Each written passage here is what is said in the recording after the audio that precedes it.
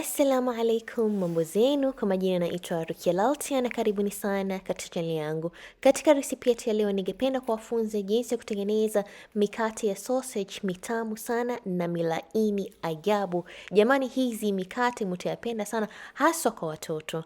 Makinika nami hadi tamati.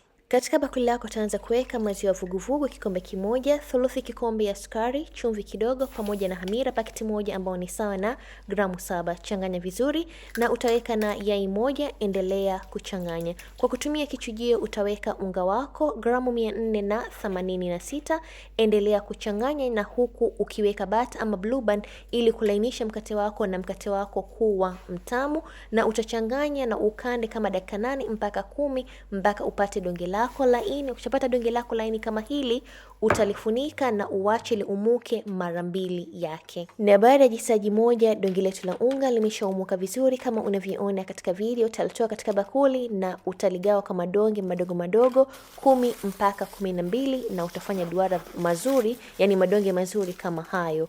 Alafu utachukua donge moja baada lingine, nyunyiza unga na utalikanda kwa duara pana kama hivyo. Kwa kutumia kisu ama kata, utakata kwa urefu kama unavyoona katika video. Alafu utachukua sausage zako, ikiwa ni ndefu ama ikiwa ni hizi fupi fupi, lakini mimi napenda hizi fupi fupi maana pia ni uzuri kwa watoto, na utaziroll kama unavyoona katika video. Regelea hivyo hivyo mpaka umalize madonge yote, kisha utazipanga kwa tray na utapaka mayai, yani yai kama hivyo. Utanyunyiza kama ni ufuta ama ikiwa ni hizo seeds za habe soda. Alafu utaoka katika oven kwa moto 180 kwa dakika 15 mpaka 20, ama utakapoona yamepata rangi nzuri ya golden brown kama haya. Na mikate yetu ya sausage yako tayari, yako na rangi nzuri kama unavyoona katika video. Nitakata sausage moja, yani mkate mmoja, ili mpate kuona jinsi ulivyo ndani.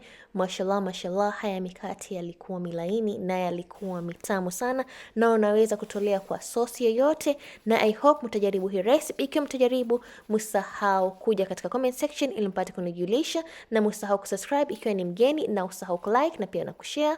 Na asanteni sana na kwaherini, bye bye.